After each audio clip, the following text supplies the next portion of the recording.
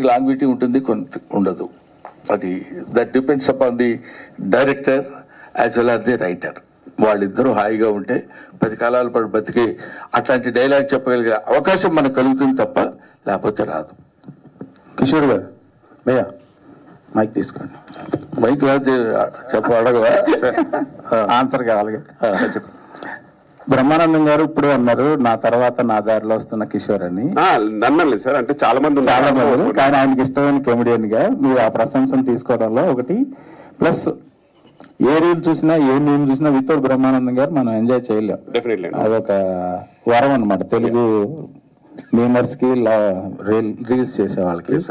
So Brahmanandam గారి దగ్గర నుంచి మీరు ఏం నేర్చుకున్నారు? మీరు భవిష్యత్తులో బ్రహ్మానందం గారిలా ఊహించుకుంటే ఎలా మీరు అనుకుంటారు? ఆయన దగ్గర నుంచి మీరు నేర్చుకున్నది ఏంటి అలా తయారవడం? బ్రహ్మానంద గారి దగ్గర నేర్చుకుంది బేసిక్ గా సెల్ఫ్ క్రిటిసిజం అండి. దట్ యునో ఒకటేమో ఫస్ట్ థింగ్ అంటే ఆయన నాకు దగ్గరుండి చెప్పింది అయితే ఎన్నో ఉన్నాయి. అంటే ఈవెన్ కామెడీ టైమింగ్ లో విషయాల్లో కూడా నాకు ముందు చాలా ఫాస్ట్ గా మాట్లాడేవాడిని. సో అలాంటి విషయాల్లో కూడా even if your shouting everything should be clear అనేది అలాంటి కొన్ని చాలా చెప్పారు. అది కాకుండా నేను ఆయన దగ్గర నేర్చుకునేది పర్సనల్ గా సెల్ఫ్ క్రిటిసిజం. అంటే ఇప్పుడు మనకి హీరోగా చాలా అవకాశాలు వస్తాయండి. యాక్చువల్గా చెప్పానంటే ఆల్మోస్ట్ ఎవ్రీ కమెడియన్ కి హీరోగా అవకాశాలు వస్తాయి. బట్ ఏంటంటే you should see yourself that you know నిజంగా are you able to shoulder the movie with your responsibility. అంటే మీరు నిజంగా మూవీని రెస్పాన్సిబిలిటీ తీసుకెళ్ళగలరా మీరు? మనకు అనిపిస్తుంది చేసేయచ్చులే అనిపిస్తుంది, కానీ నాకేంటంటే ఓవరాల్ గా anything should be related to comedy. ఒక హీరోగా చేస్తే అందులో హీరో విక్టిమ్ అయి ఉండాలి. He should not be the one who is leading the whole thing. అందులో ఒక విక్టిమ్ అయి ఇలాంటివన్నీ నేను సార్థగా నేర్చుకున్నానండి. సో యా, ఆయన భవిష్యత్తులో బ్రహ్మాండం గారిలా అంటే 7 జన్మలు పట్టినా సరే ఆయనలో కాలి గోడు కూడా సరిపోరు నా ప్రకారంగా. So we are very happy being his disciples and ఇలాగే ఇన్స్పైర్ అవుతూ ఉంటామండి. We are very happy that I able to sit beside him అంటేనే really very lucky. So that's all I can say. అంటే కిషోర్ గారు సార్, అంటే అంతకుముందు చాలా మంది కమెడీలు చాలా మంది ఉన్నా కానీ మహానుభావులు ఉన్నా కానీ అల్లు రావులింగ గారు, తర్వాత బ్రహ్మానందం గారు, తర్వాత నెక్స్ట్ జనరేషన్ వెనల్ కిషోర్ అంటే మీరు ఏమంటారు? ఛాన్స్ లేదు సార్. ఓపో మీకు తెలియదు ఏముంది ఇంకంతే. Is I would say last legend of the comedy అండి. ఎందుకంటే నా ప్రకారం అంటే పర్సనల్ మై ఒపీనియన్, నాకు సునీల్ గారు, వేణుమాధవ్ గారు, ఆలీ గారు, ఎంఎస్ నారాయణ గారు, ఇలా ఈ అందరూ ఒక జనరేషన్ నుంచి చూడండి sir. I don't think anyone can even go close to them. That might be many reasons, might be many other reasons, కానీ నా ప్రకారం అయితే impossible sir. Even to imagine అది ఇంపాసిబుల్. ఇప్పుడు జస్ట్ వీలైనంత మ్యాక్సిమం కొంచెం లైటర్ వేలో చేసుకుంటూ వెళ్ళిపోవడం తప్పితే అసలు పెద్ద పెద్ద గోల్స్ పెట్టుకోకపోతే బెటర్, ఊరికే డిసప్పాయింట్ అవడం కంటే.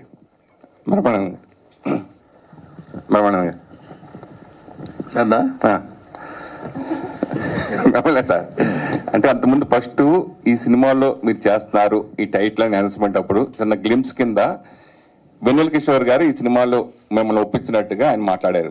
మీరు ఇంతకుముందు చెప్పినట్టుగా డైరెక్టర్ సరిగ్గా పూర్తిగా నాకు ఎక్స్ప్లెయిన్ చేయలేకపోయాడు, నేను అర్థం చేసుకోవాలి, నేను ఫిల్ చేసుకోవాల్సి వచ్చింది. అది నిజంగా రియల్ గా లేదంటే మామూలుగా ప్రమోషన్ పర్పస్ గా చేసిందా? నిజమే అది నిజం. మొన్న ఆ రోజు ఆ జరిగింది ఇన్సిడెంట్, అది ఆ జరిగిన ఇన్సిడెంట్ ఏంటంటే ఇది బాగుంది కదా, మనం దీన్ని యాజ్ ఇట్ ఈస్ గా ప్రొడ్యూస్ చేస్తే బాగుంటుంది కదా అని ప్రొడ్యూసర్ గారి ఐడియా. దాంతోపాటు అక్కడ కూర్చొని మనం చేసాం. మనం ఎంత పేరు సంపాదించినా ఎన్ని ఆస్తులున్నా మన తర్వాత తరం మన వారసులకి అది మనకి ఏమో. అసలు బ్రహ్మానందం గారు వచ్చిన తర్వాత పెద్ద పెద్ద అగ్రదర్శకులు అందరూ కూడా హీరోకి ఎలా కథ రాసుకుంటారో అలాగే బ్రహ్మానంద గారికి హీరో కంటే ముందు ఒక సీన్స్ బ్రహ్మానంద స్క్రిప్ట్ లోనే ముందు కథలోనే మీ డేట్స్ ఉన్నాయో తర్వాత విషయం ప్రతి స్క్రిప్ట్ లో బ్రహ్మానందం ఉండేవాడు మేము చూసినప్పుడు. సో అలా చేసుకున్న మీరు ఇప్పుడు మిమ్మల్ని మీరు ఏ డైరెక్టర్ని అడిగినా లేకపోతే ఏ పెద్ద బ్యానర్ అడిగినా ఏ ప్రొడ్యూసర్ ఎవరిని అడిగినా 2 నిమిషాల్లో మీకు మీ అబ్బాయి కానీ హీరోకి చేయడానికి చాలా వెంటనే జరుగుతుంది. అలా ఇండస్ట్రీని మీరు ఎందుకు ఉపయోగించుకోలేదు మీ అబ్బాయి విషయంలో అంటే మీరేం చెప్తారు? ఇది అంటే నువ్వు అడిగిన ప్రశ్న ఏంటంటే అసలు ఆ పాయింట్కి వస్తే నన్ను నేనే ఉపయోగించుకోలేదు తెలుసా నీకు. I never in my 40 years history నేను ఇంతవరకు ఏ డైరెక్టర్ దగ్గరికి కానీ ఏ ప్రొడ్యూసర్ దగ్గరికి కానీ ఏ ఆర్టిస్ట్ దగ్గరికి కానీ లేకపోతే ఏ ఆఫీస్కైనా వెళ్ళి నాకు ఈ క్యారెక్టర్ ఏదైనా ఉంటే చూడండి సార్ అని నేను అడగలేదని చెప్తే అది నా అహంకారం అవుద్ది. అడిగేటువంటి అవకాశం భగవంతుడు నాకు కల్పించలేదు. నేను ఐ బిలీవ్ ఇన్ దట్ కాబట్టి ఒకటి. రెండోది ఇప్పుడు మీరు అడిగింది ఏంటంటే మీ అబ్బాయి ఉన్నాడు కదా, అదేగా మీరు అడిగేది, మీరు ఎందుకు ఉపయోగించుకోలేదని. దిస్ ఈజ్ మీరు నమ్మినా నమ్మకపోయినా మీరు యాక్సెప్ట్ చేసినా చేయకపోయినా, మీరే కాదు ఎవరైనా, డెస్టినీ, ఇక్కడ డెస్టినీ టేక్స్ ప్లేస్. దానికి మించింది ఏదీ లేదు. అది జరగాలనుకుంటే అలా జరుగుతుంది, అది జరగకూడదు అనుకుంటే ఏం చేసినా మానదు. కాబట్టి you keep on doing your job. మనం ఇది ప్రయత్నం చేద్దాం, అది ప్రయత్నం చేస్తే అయ్యేవాడు అయితే నువ్వు ఎంత బిగ్గెస్ట్ ప్రొడ్యూసర్ అయి ఉండేవాడు సురేష్ చెప్పు. నువ్వు ఒక పత్రికాధినేత అయి ఉండేవాడివి, అవునా? పెద్ద ఒక డైలీ ఈనాడు రామోజీరావు అంతటి వాడు అయి ఉండేవాడు. ప్రయత్నం చేయట్లేదా? నువ్వు చేస్తున్నావు. నీకు ఎంతవరకు రావాలో అంతవరకే వస్తుంది. బట్ అది ఎలాగో వచ్చేది వస్తుంది కాబట్టి మనం సైలెంట్గా కూర్చోవడం అని కాకుండా, ఎందుకంటే చిన్న ఫిలసాఫికల్ ట్రెండ్ ఉంటుంది కాబట్టి చెప్పట్లా నేను, ఇదేదో కొంచెం సరదాగా జరుగుతున్న ఇది కాబట్టి. అందువల్ల ఎవరు ఏదో చేసేద్దాం అనుకుంటే అవలేరు. ఎంతమంది డైరెక్టర్స్ ఉన్నారు, వాళ్ళ పిల్లలు ఉన్నారు, వాళ్ళు పెద్ద పెద్ద స్టేజ్కి వెళ్ళాల్సిన వాళ్ళు. కొంతమంది వెళ్ళలేదు, కొంతమంది వెళ్తారు. అందుకే నేను ఇంతకుముందు ఎప్పుడు చెప్తుండేవాడిని, ఇక్కడ సర్కస్ లైట్ అని ఒకటి చెప్తుండేవాడిని నేను. ఎందుకంటే సర్కస్ స్టార్ట్ అయ్యే ముందు లైట్ ఒకటి వేస్తాడు, పెద్ద లైట్. అది అదే లైట్ వేసాడు అనుకొని సర్కస్ స్టార్ట్ అవుతుందని మనకి సింబల్, అది సిగ్నల్. అది అప్పుడు అందరూ అలాగా అక్కడికి వెళ్ళి చూస్తే ఆ లైట్ కొంతమంది మీద అలా పడుతుంటుంది. ఆ లైట్ పడ్డప్పుడు వాడు కొంచెం మన మీద లైట్ పడిందిరా అనుకుంటాడు. అలా అలా అలా అలా తిరుగుతుంటుంది లైట్ కొంతసేపు, కొంతసేపు అంటే కొంత టైం ఒకటి మీద, కొంత టైం ఒకటి మీద, అట్లా ఇట్లా పడుతుంది. ఆ టైంలో వాడు మెరిసిపోతాడు. అందుకే సినిమా స్టార్ అంటారు. ఆ మెరుపు ఉంటుంది. ఆ తర్వాత మళ్ళీ స్టార్డమ్ తగ్గిపోయిన తర్వాత కనపడదు. అటువంటి లైట్ అలా తిరుగుతున్నప్పుడు ఒక్కొక్కడి మీద, ఇప్పుడు నాబోటోడి మీద చాలా, ఇప్పుడు 40 years ఒక కమెడియన్గా నేను ఉంటామంటే అదేదో నా గొప్పతనం, నేను ప్రతి దానికి ట్రెండీగా తయారై జాగ్రత్తగా చేస్తా, ఇవన్నీ పిచ్చి మాటలని నా నమ్మకం. కాబట్టి అక్కడ వాడు లైట్ వేసేవాడు బీడీ కాల్చుకోవడానికో దీనికో పక్క వెళ్తాడు, దగ్గర అది వదిలేసి వెళ్ళినప్పుడు కాసేపు స్టే అవుద్ది. స్టే అవ్వగానే నా అంతటోళ్ళు లేడనుకొని తెగకూడదు. అది ముందు మనల్ని గురించి మనం తెలుసుకోగలిగితే అది దట్స్ ఆల్ డిపెండ్స్ అపాన్.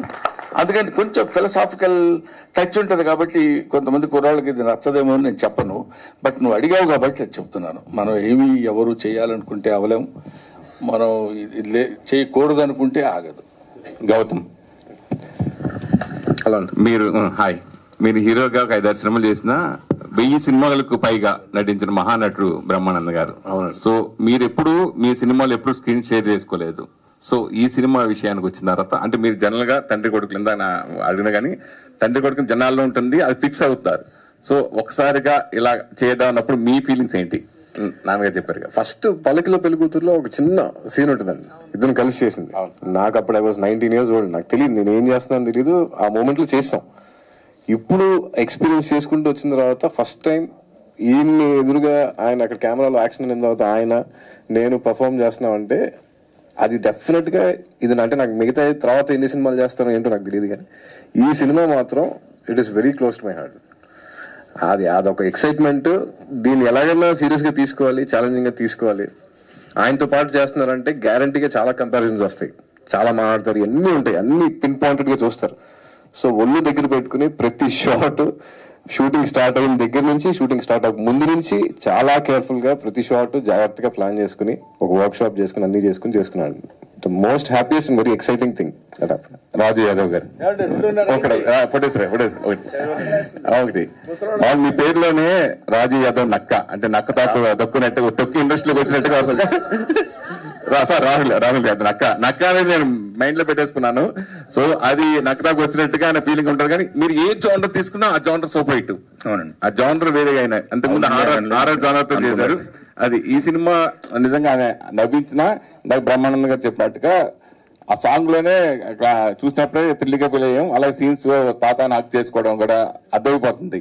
మళ్ళీ ఈ సినిమా మళ్ళీ ఇంకో మరో అవార్డు సినిమా కూడా వస్తుందని అనిపిస్తుంది. సో దాని గురించి హోప్ఫుల్ అంటే తీసామండి మంచిగా. అంటే like there is comedy, there is emotion. Sir question అడుగుతారు, ఆన్సర్ మరి ఎందుకు ఏం లేదు సార్. అంటే నక్క అంటే మేము తొక్కుంటూ వెళ్ళిపోతుంటాం, అంటే నక్కను తొక్కించాడు అంటాం కదా, అదే అన్నారు సార్. 3 సినిమాల తర్వాత హీరోలు డైరెక్టర్లు అలా తొక్కుంటూ వెళ్తున్నారు. అట్లానే తొక్కుంటూ వెళ్తే బాగుంటుందని నేను కూడా ఫీలింగ్ నిజంగా. More than happy. అంటే ఇప్పుడు స్వదర్ నుంచి ఇంతమంది ఆర్టిస్టులు, ఇంతమంది టెక్నీషియన్లు రాగలుగుతున్నారు. అండ్ అంతకంటే ఇంకా ఆనందమే ఉంటుందండి. బ్రహ్మానందం గారు, సో మీరు మాదిరిగా కొట్టుకురు, ఎందుకంటే ఆకలి అవుతుందమ్మా అందుకని. సో యాక్చువల్లీ కొంతమంది యాక్టర్స్ స్క్రీన్ ప్రెజెన్స్ చూస్తేనే ఆడియన్స్ కి ఒక వైబ్ వచ్చేస్తుంది. సో అలాంటిది మీరు మీ నాన్న ఎలక్ట్రీషియనా, గట్టిగా తగులుతున్నాం, ఇలాంటి ఫ్లడ్ డైలాగ్స్ చెప్తున్నప్పుడు ఎలా అనిపించింది? అండ్ అది మీ ఓన్ డైలాగేనా? నా డైలాగ్ కానే కాదు ఒకటి. తర్వాత వీడికి ఈ ఏజ్ లో కూడా ఇలాంటి పిచ్చివాడు వాగుతాడనే క్యారెక్టర్ అది. అదే డైలాగ్ కోసం లేకపోతే ఆ కాసేపు నవ్వించడం కోసం చెప్పిన డైలాగ్ కాదు. అందుకని తర్వాత మళ్ళీ వెంటనే కంటిన్యూటీ చూసారు లేదా, బాగా చెప్పానా అని అడుగుతాడు, చెప్పేలేరా అని వీడు కోపడతాడు. అంటే అక్కడ ఊరికే దానికి అది ఆ డైలాగ్ రాసిన నిఖిల్ చూడగానే షాక్ కొట్టినట్టుంది అని అనాలండి. ఆ డబ్బింగ్ దగ్గర కూడా చెప్పించారు. మామూలుగా మీరు ఎలక్ట్రీషియన్ కూతురా అంటే అదేంటండి కాదు అంటుంది. అదేంటండి అంటే నిన్ను చూడగానే షాక్ కొట్టినట్టుందండి అని చెప్పాను నేను. నాతో డబ్బింగ్ చెప్పించేటప్పుడే షాక్ కొట్టినట్టు అని కాకుండా నిన్ను చూడగానే షాక్ కొట్టినట్టుంది అనమన్నారు. అది. సో మీ స్కెచెస్ కి నేను చాలా పెద్ద ఫ్యాన్ సార్. థ్యాంక్ యూ అండి. All the best. And Gautam గారు, లాస్ట్ క్వశ్చన్. ఇందులో చాలా ఎనర్జెటిక్ గా కనిపిస్తున్నారు. గౌతమ్ గారు ఇందులో చాలా ఎనర్జెటిక్ గా కనిపిస్తున్నారు. ఆ లుక్స్ కూడా కొంచెం మంచిగా అనిపించే. Thank you. సో చాలా యంగ్ అండ్ ఎనర్జెటిక్ గా. ఈ రోల్ చూస్ చేసుకోవడానికి రీజన్ ఏంటి? అండ్ గోదావరి రిజెక్ట్ అయిన తర్వాత మీరు ఏమైనా రిగ్రెట్ ఫీల్ అయ్యారా? లేదు, అంటే అది దట్ వాస్, అంటే నేను చాలా యంగ్ గా ఉన్నప్పుడు తీసుకున్న డెసిషన్ అండి. అది కరెక్ట్ రాంగ్ కూడా తెలియలేదు నాకు. అంటే అది అంతే. అది అసలు నాకు అంటే అది ఎందుకు తీసుకున్నానో కూడా నాకు తర్వాత అంటే I was not so happy about it. తర్వాత జస్ట్ హ్యాపెండ్ అంతే. బ్రహ్మానందం గారు, లాస్ట్ క్వశ్చన్ ప్లీజ్. దాదాపు 4 దశాబ్దాలుగా మీరు ఇండస్ట్రీలో ఎన్నో రకరకాల క్యారెక్టర్స్ వేశారు, ఎంతో మందిని చూశారు, ఎంతో మందికి ఆదర్శమయ్యారు, ఇన్స్పైరేషన్ గా అయ్యారు. మీరు ఇప్పుడు విశ్రాంతి తీసుకుంటున్న ఈ తరుణంలో రాబోయే యంగ్ జనరేషన్ కావచ్చు, యంగ్ ఆర్టిస్టులు కావచ్చు, ఎవరికైనా ట్రైనింగ్ సెషన్ లాంటిది, స్కూల్ లాంటిది పెట్టే ఆలోచన ఏమన్నా ఉందా? లేదండి, ఎందుకంటే ప్రత్యేకంగా స్కూల్ పెట్టాల్సిన అవసరం లేదు రవిచంద్ర. ఒకటే పాయింట్ ఏంటంటే ఇందాక మన కిషోర్ చెప్పినట్టు అది మనం వాళ్ళ బుక్స్ చదువుకున్నట్టు అతని సినిమాలు చూస్తే చాలు. నేర్చుకోవాలి అనే దృక్పథంతో, ఆనందించాలి అనే దృక్పథంతో కాకుండా నేర్చుకుందాం అనే దృక్పథంతో, ఎంటర్టైన్మెంట్ కోసం సినిమా చూడటం వేరు. ఇందులో ఇక్కడ ఎలా చేశాడు, ఇక్కడ ఎలా ఉంది, ఇందాక 2 పాయింట్స్ చెప్పాడు, అడగగానే అని ఆ వంటల్లో పాస్ కొంచెం చూసి చెప్పనిచ్చి ఒకసారి అలా చూస్తే ఆ లుక్ ఎక్కడ ఇతను మార్కులు కొట్టగలిగాడు అని తెలియగలిగితే, అలా తెలుసుకోవడానికి ఆ దృక్కోణంలో చూడగలిగితే everybody will become very good an act. అంటే సినిమా ప్రమోషన్ లో భాగంగా ఇంతసేపు మీరు మాట్లాడే మాటల్లో సినిమా గురించి ఎంత చెప్పారో అంతకంటే ఎక్కువ జీవిత సత్యాల గురించి చాలా మందికి, మా అందరికి చాలా తెలియని విషయాలు చెప్పారు కాబట్టి ఆ విషయాన్ని నేను అడిగాను. బహుశా అది ఉందండి, ఎలాగో దట్ ప్లాన్ ఇస్ దేర్. ఇప్పుడే మళ్ళీ నేను శిక్షణ ఇవ్వబోతున్న బ్రహ్మానందం మళ్ళీ పొద్దున్నే నేను లేనిపోతే అది లేకపోతే ఎప్పుడు ఇస్తావు నన్ను అడిగి చొక్కా పట్టుకుని నేను ఆ డేట్ చెప్పలేకపోతున్నాను సార్, పొరపాటు అయిపోయిందని. ఇప్పుడు అలాగా చూద్దామండి. Let us we believe destiny, that's all. Thank you. Let's all the best and God bless you everybody.